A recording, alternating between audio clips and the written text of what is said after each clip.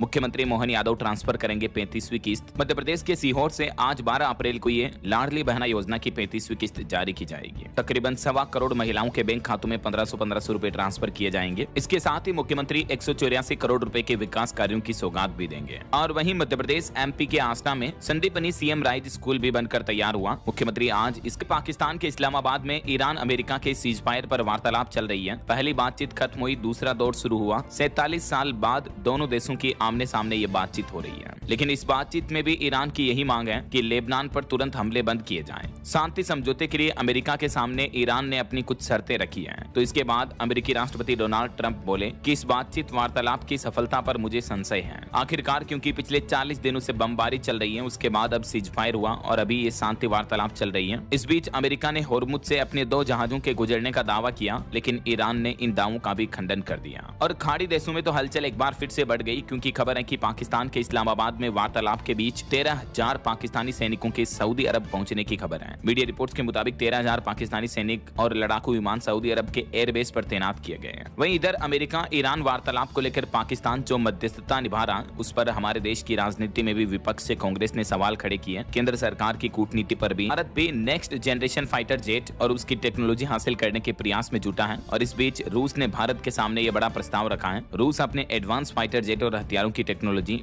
बना हुआ है। बात कुछ यूं है कि अमेरिका का ये कहना है कि ईरान चाहकर भी ऐसा नहीं कर सकता है, क्योंकि ईरान ने जो होर्मुज रूट पर समुद्री माइंस बिछाई थी, उनकी लोकेशन का ही पता नहीं है अभी ईरान को। यानी जब ये युद्ध शुरू हुआ था, तब होर्मुज रूट को बंद करने के लिए जो ईरान ने समुद्र में बारूदी सुरंगों का जो जाल बिछाया था, अब उस जाल को खुद ही नहीं खोज पा रहा ईरान। अमेरिका ने यह बड़ा दावा किया है कि ईरान को समुद्र में वो हथियार, वो माइंस मिल ही नहीं रही है, बारूदी सुरंगें, जिन्हें हटा दे। और यही वजह कि ईरान चाहकर भी होर्मुज रूट को खोल बैग भी साथ लेकर आए। ये वही बच्चे हैं जिनकी जान उस स्कूल के हमले में चली गई, जो अमेरिका ने ईरान के एक स्कूल पर हमला किया था। तो ईरान दुनिया को ये दिखाना चाहता है कि अमेरिका कितना बेरहम है, इन मासूम बच्चों की जानें ली है। तो देर रात तक दूसरे दौर की वार्तालाप चल रही है। अब देखते हैं पाकिस्तान की राजधानी इस्लामाबाद में हुई इस बातचीत का फाइनल नतीजा क्या निकलता है। आज दिन में अपडेट्स आ जाएंगे और ड्यूटी को 34 रुपए बढ़ा दिया है। यानी अब लगभग 55.5 रुपए प्रति लीटर टैक्स लगेगा अगर कोई कंपनी पेट्रोल डीजल का एक्सपोर्ट करती है तो ऐसा। इसके अलावा जेट फ्यूल का एक्सपोर्ट भी 42 रुपए महंगा होगा। तो सरकार के इस फैसले से हमारे देश में पेट्रोल डीजल के दाम स्थिर बने रह सकते हैं, क्योंकि अभी जेट फ्यूल के दाम करीब 9% तक बढ़ चुके हैं। यही वजह है कि कई हवाई कंपनियां अपनी किराए में भी बढ़ोतरी कर चुकी हैं। एक्चुअली ये जो होर्मुज स्ट्रेट रूट बंद है, इस वजह से दुनिया भर के देशों में तेल और LPG सप्लाई पर असर पड़ रहा है। यही वजह है कि सरकार ने डीजल और FTA निर्यात पर विंडफॉल टैक्स को बढ़ा दिया है और हवाई किराए को लेकर भी सरकार सतर्क है। सरकार का कहना है कि और भी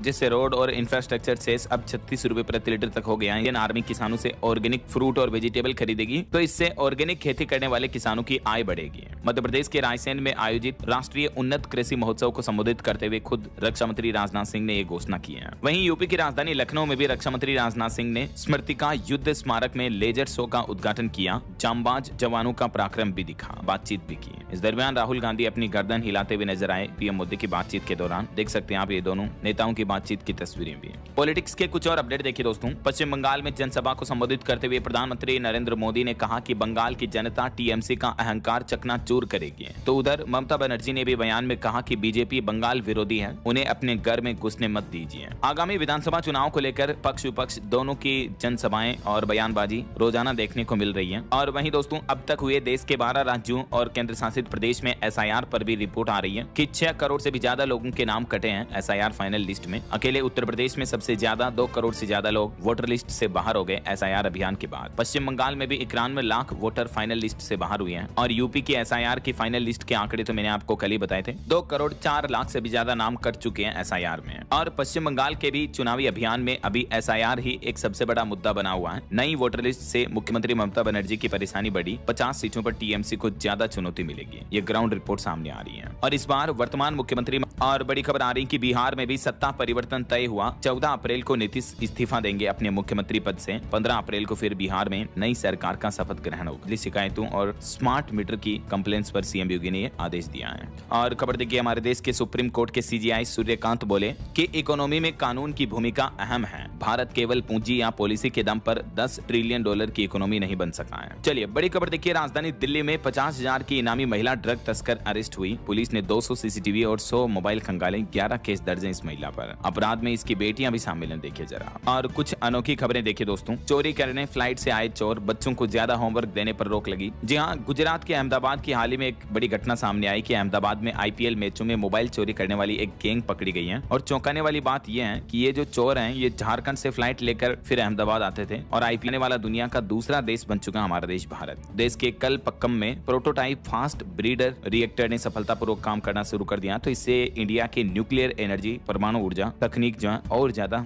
मजबूत होगी, सुपर फास्ट होगी है। जिसके तहत 1 अप्रैल 2028 के बाद से अब राजधानी में पेट्रोल दोपहिया वाहनों का पंजीकरण भी बंद हो जाएगा। प्रदूषण पर लगाम लगाने के लिए दिल्ली की रेखा गुप्ता सरकार की तरफ से ये नए नियम लागू किए जा रहे हैं राजधानी में। इसके अलावा भी दिल्ली की इस न्यू EV पॉलिसी में इलेक्ट्रिक गाड़ियां सस्ती होगी, टैक्स छूट का फायदा मिलेगा और कुछ बड़े इंसेंटिव भी दिए जाएंगे इलेक्ट्रिक व्हीकल को बढ़ावा देने के लिए। दिल्ली वासी 1 मई तक इस ड्राफ्ट पर अपनी प्रतिक्रिया भी दे सकते हैं। अब EV खरीदने पर कितनी बचत होगी, क्या क्या नए बेनिफिट्स फायदे मिलेंगे, 31 मार्च 2030 तक देने के लिए नया प्लान है। और वहीं खबर है दोस्तों, राजधानी दिल्ली में RTO का भी एक नया नियम लागू हो चुका है। अब गाड़ी की RC में अगर मोबाइल नंबर लिंक्ड नहीं है तो भी आपको PUC सर्टिफिकेट नहीं मिलेगा। तो मोबाइल की जो नशा तस्करी, ड्रग तस्करी में पाए जाएंगे उनके आधार कार्ड, पासपोर्ट डॉक्यूमेंट्स जो है वो रद्द किए जाएंगे। जारी हुआ, कैंडिडेट्स सेलेक्टेड लैंग्वेज में ही एग्जाम दे पाएंगे। स्टाफ सिलेक्शन कमीशन की तरफ से नई गाइडलाइंस जारी की गई, जिसकी ये 6 जरूरी बातें आप देख सकते हैं। तो इससे एग्जाम में स्टूडेंट्स को फायदा। टेक्नोलॉजी से वहीं खबर है, उत्तराखंड में 4 धाम रूट की सभी सड़कें 15 अप्रैल तक दुरुस्त होगी। कुल 207 भूस्खलन जोन भी चिन्हित किए गए हैं। तीर्थयात्री रहने का दबाव ज्यादा बनाया जाता है, जो कि खतरनाक होता है। चलिए अगली खबर देखिए, मोबाइल फोन लॉन्चिंग पर रिपोर्ट आ रही है कि अब आने वाले समय में फोन में बड़ी बनाया जा रहा है। इस फीचर के माध्यम से आपके फोन की जो फाइल्स होगी, स्पेस भरने के बाद वो फाइल्स ऑटोमेटिकली स्मार्टफोन से कंप्यूटर में कॉपी हो जाएगी। तो इससे आपके मोबाइल फोन की मेमोरी बची रहेगी, है ना, जल्दी भरेगा नहीं ऐसा। और गूगल कंपनी ने एक और नया तोहफा तो ये दिया दोस्तों कि अब आप बिना इंटरनेट के भी स्मार्टफोन में AI चला पाएंगे। हालांकि प्राइवेसी की चिंता भी इसके साथ ही बढ़ती जा रही है, लेकिन गूगल ने एक नई सुविधा लॉन्च की जिसका नाम है AI एज गैलरी। ये नया मोबाइल ऐप आपके फोन में इंस्टॉल होगा, तो बिना इंटरनेट के भी नया AI चला पाएंगे आप, क्योंकि आर्टिफिशियल